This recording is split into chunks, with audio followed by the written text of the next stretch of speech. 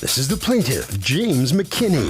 He says he and the defendant were once friends, but all that changed when he loaned him money to buy a motorcycle. One day, the guy just stopped talking to him out of the clear blue sky, and he now refuses to pay him back. They even got into a fist fight over it, and he had to defend himself because the defendant threw the first punch.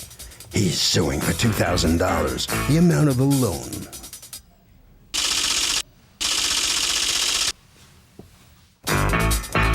This is the defendant, Stephen Katz. He says the plaintiff's a no-good lowlife who actually tried to steal his wife away from him. The guy assaulted him, broke his nose, broke 3 of his teeth, and gave him 2 black eyes. As far as this lawsuit goes, it's bogus with a capital B because he never borrowed a dime from him. He's accused of stalling a friendship. The defendant has filed a countersuit for $3,000 for dental bills and pain and suffering. Be seated. Come to order, please. Litigants have been sworn, Your Honor. Thank you, Douglas. Okay, James McKinney. Yes, ma'am. You are suing Stephen Katz for $2,600. Amount you say he owes to you in a loan and credit card interest since then. You are counterclaiming $3,000, though you say you're out $10,000 in pain and suffering and dental bills because he apparently busted some of your teeth during a dispute about this. Okay, Mr. McKinney, you go first. Yes, Your Honor. Back in August of last year, Stephen went for a ride on my motorcycle, and he initially wanted to get a motorcycle himself, so I helped him purchase one through a friend of mine right here. And it was $1,500 for the motorcycle, plus I purchased other things for him as well on my credit card. How did you two know each other? Stephen, we knew each other from a program that we belonged to. A recovery kind of thing? Right. Okay, go ahead. And initially, I had difficulties with a roommate that I was at, and Stephen let me stay at his place for a while. And because he was letting me stay, I figured it was okay for me to lend him some money to help him buy a motorcycle, which we were going to go to a bike rally down in Seaside, a Harley bike rally.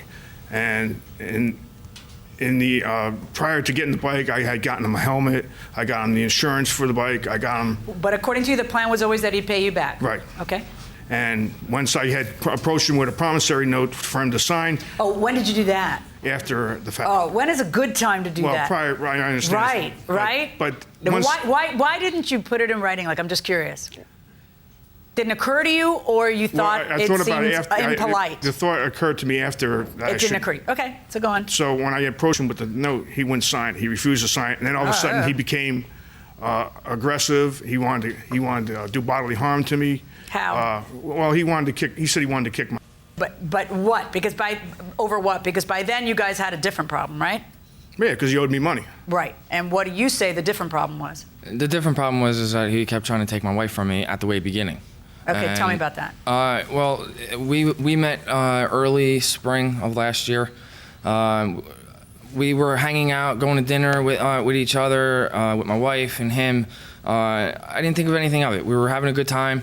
A couple months go by. I said to James I wanted to get a motorcycle, and he was helping me look for one, and he said to me that he had a friend that had one. I had some money saved up in my bank account, and I said, after time went on, I said, all right, I'll get it. A couple times we tried to ride down to the shore. He's with you? Yes. He had my wife on the back of his bike. Why? Because his bike fits the wife and yours doesn't? No, I was new with having my motorcycle license. I didn't want to hurt my wife, so because of the fact that I thought James was a friend to me, I felt safer with her going with him. Okay. So I told him that I wanted to turn around and go home. He said, "Well, if you want to go turn around and go home, then go. I'm going to continue going." Okay. And I said, "Well, then I want my wife off the bike," and he took off. With your wife? Yes. And is your wife like an inanimate object? No. Right. But now, you had your suspicions already. Yeah, I did. Why did you have suspicions? Because every time I turn around, he's either buying her, Harley Davidson stuff, or he's taking her out to dinner, buying her cigarettes. I mean, whatever Where are you it when is. he's taking your wife out to dinner? I was either with my family, I was at my program. What do you because, say to your wife when you find out that he went to dinner with her? I asked her what's going on, and she said it's nothing. It's just friends. And then do you say to her, I don't care, it makes me uncomfortable, don't do it? I did. Okay. I told her. I said I want this stopped. And what did she do? She kept telling me that she'll stop it, and Then what? Then you find out she didn't? no, it didn't, and then it caused a problem between her and I. But then Yeah, I she'd had say brought so. it to James, and I asked him, what's going on? This is my fiance at the time. Fiance or wife? What- At the time we were engaged. Oh, you married her after that? Yes, because we actually solved our problems. James started getting I hope you abrupt solved about your it. problems before you married her, because marriage doesn't solve problems. No, we solved it before we Okay. got married. All right, go ahead. And James, started getting abrupt about it, and that's where all the problems started happening. Okay. So what were the problems? According to him, the problem is that you weren't paying him the money. I never borrowed money from him. Okay. I So never when he, signed like a anything. crazy man, just keeps trying to collect money from you, He what do kept you do? saying that he owed me. I owed him money. He kept sending me emails. At one point, a couple weeks ago, I sent him an email. Matter of fact, this was May 1st of this year. I sent an email to him. An email, or you were Facebooking each other? It was Facebook. Facebook. So I said to him, I said, if there's a Facebook. problem. Hold on, because I love when grown-ups do Facebook. You send him a Facebook message, is that what it's called? That what? I was telling him that if there's a problem, come to my house, we'll talk about it. I mean, Just like there's that? no reason why Just like adults can't that? talk. Yeah, Okay. there's no reason Let me why see adults the can't Facebook talk. Message.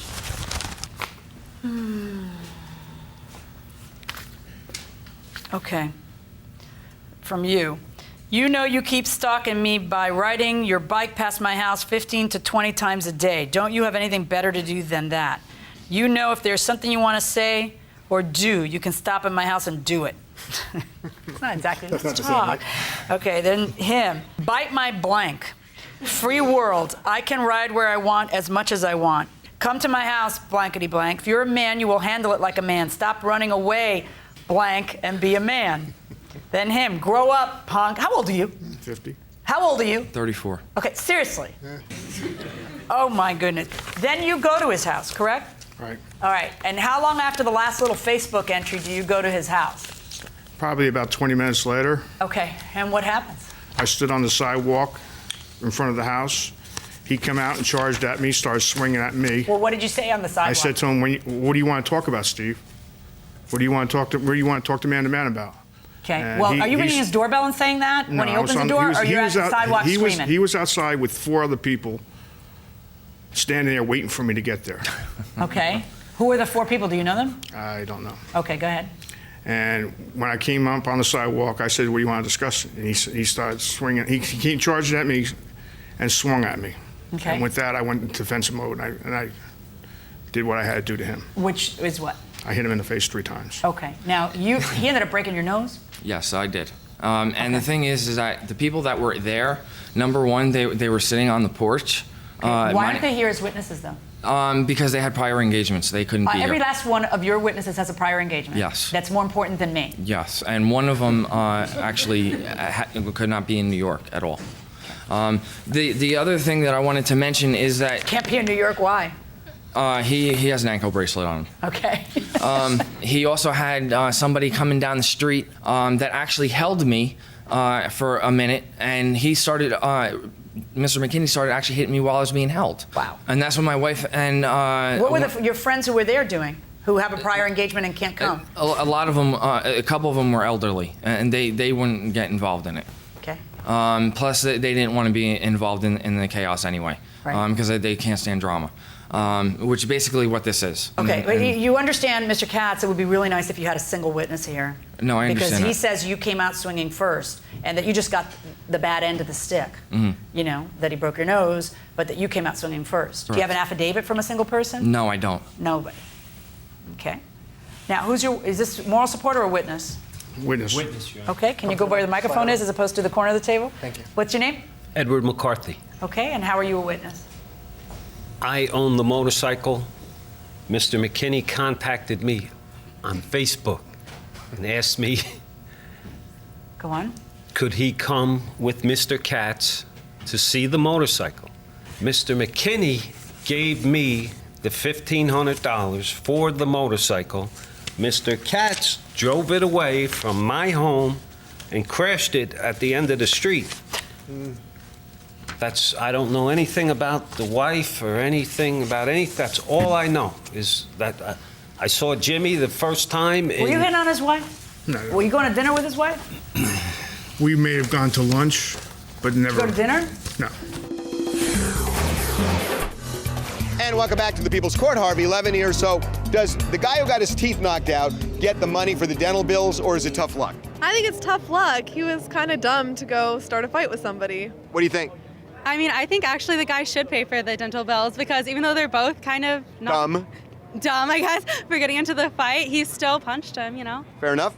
I think that he should pay also. Really? Yeah. Even though they're both jerks for doing this. Yeah, because they have written documents saying that they did. Well, you know. Okay, going inside the courtroom. Did he ever tell you you're hitting on my wife? No. Or did that he's just making that up for court to make it sound good? Yes, ma'am. So he never confronted you about the wife issue before? I had nothing. No desires for his wife. To be honest with you. But did he ever confront you about the wife issue before? Is what I'm asking. Towards the end, yes, he did. Okay. Now, why are you suing? You added to this lawsuit $600 this morning. What's that about? Well, there's additional items that I had purchased for him as well, like his motorcycle insurance. How much money did you get for the motorcycle? $1,500. Okay, why are you suing for $2,000 and then $600? Do the math. Well, I had come up with the additional receipts that I required to have. I have Harley apparel. I have rider insurance. I have. Okay. Did he buy you a bunch of stuff? Excuse me? Did he buy you a bunch of stuff? No, he did not. Okay. How are you going to prove that your Harley apparel receipts that you have are for purchases for things for him? Because they're all. He says you were buying it for his wife. No, He bought her a belt, he bought her a hat, he bought her a shirt, But how am a I going belt. to know from that it's stuff he owes? Well, no, these are actually just bank statement receipts. Okay. For the credit card, you mean? Okay. All right. Let me see the pictures of your injuries. And Your Honor, I also have stuff from the hospital that night, and also the stuff that the doctors had Oh my gosh, said. why you look awful. Why are you stopping to pose instead of going straight to an ambulance? They didn't- Actually, those pictures were done at the at the emergency hospital? room. Yes. At the hospital.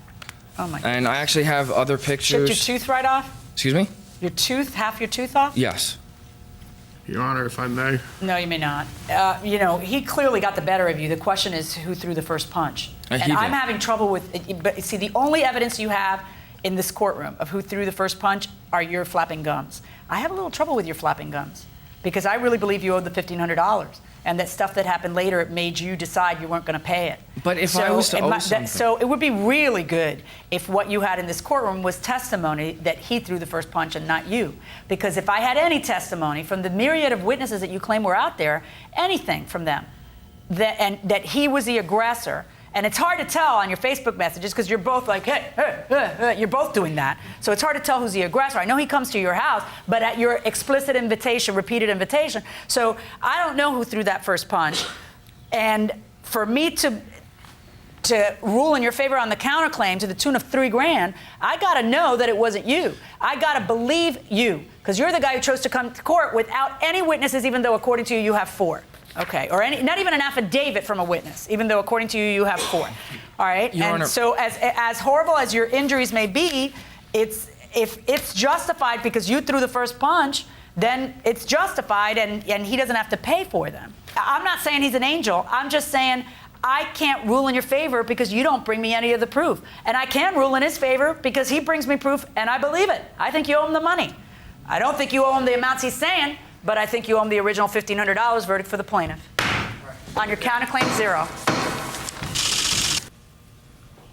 Well, the defendant comes out with nothing out of this case. Step in here. What's going through your mind here? I don't think this is right. I mean, I never signed anything. I never gave him the inclination I was going to pay him. And I think this is wrong. Mm-hmm. I'm being, just because he has somebody with him that had the bike at the beginning. I mean, he's not even on the title. It's too bad you couldn't bring a witness to the fight. I actually had people involved in the fight. The problem is that they couldn't come into court. Yeah, that's unfortunate. That's the evidence you would have needed. Correct. To prove prove your Correct. claims. All right. Okay. So. All right. Right down the hallway here. All right. Come on in here. Did you saw those pictures? Those pictures showed a pretty beaten up person. How did he get so beaten up? That bad? Put up or shut up. I mean, how badly do you have to beat a guy up? I only took 2 shots at him. 3? That's it. The nose. That's all it took. All right. What about the wife claims? That's all nonsense. It's all nonsense. I never had no desires for her at all. But you were out to lunch with her. Well, that was just a friendly lunch. That's all it was. All right. Over to Harvey. Here's the rule here. When somebody throws the first punch in a fight, they got to know that the other person can punch back to protect themselves. And that will do it for this case. Litigants for the next case on the way into the courtroom right now.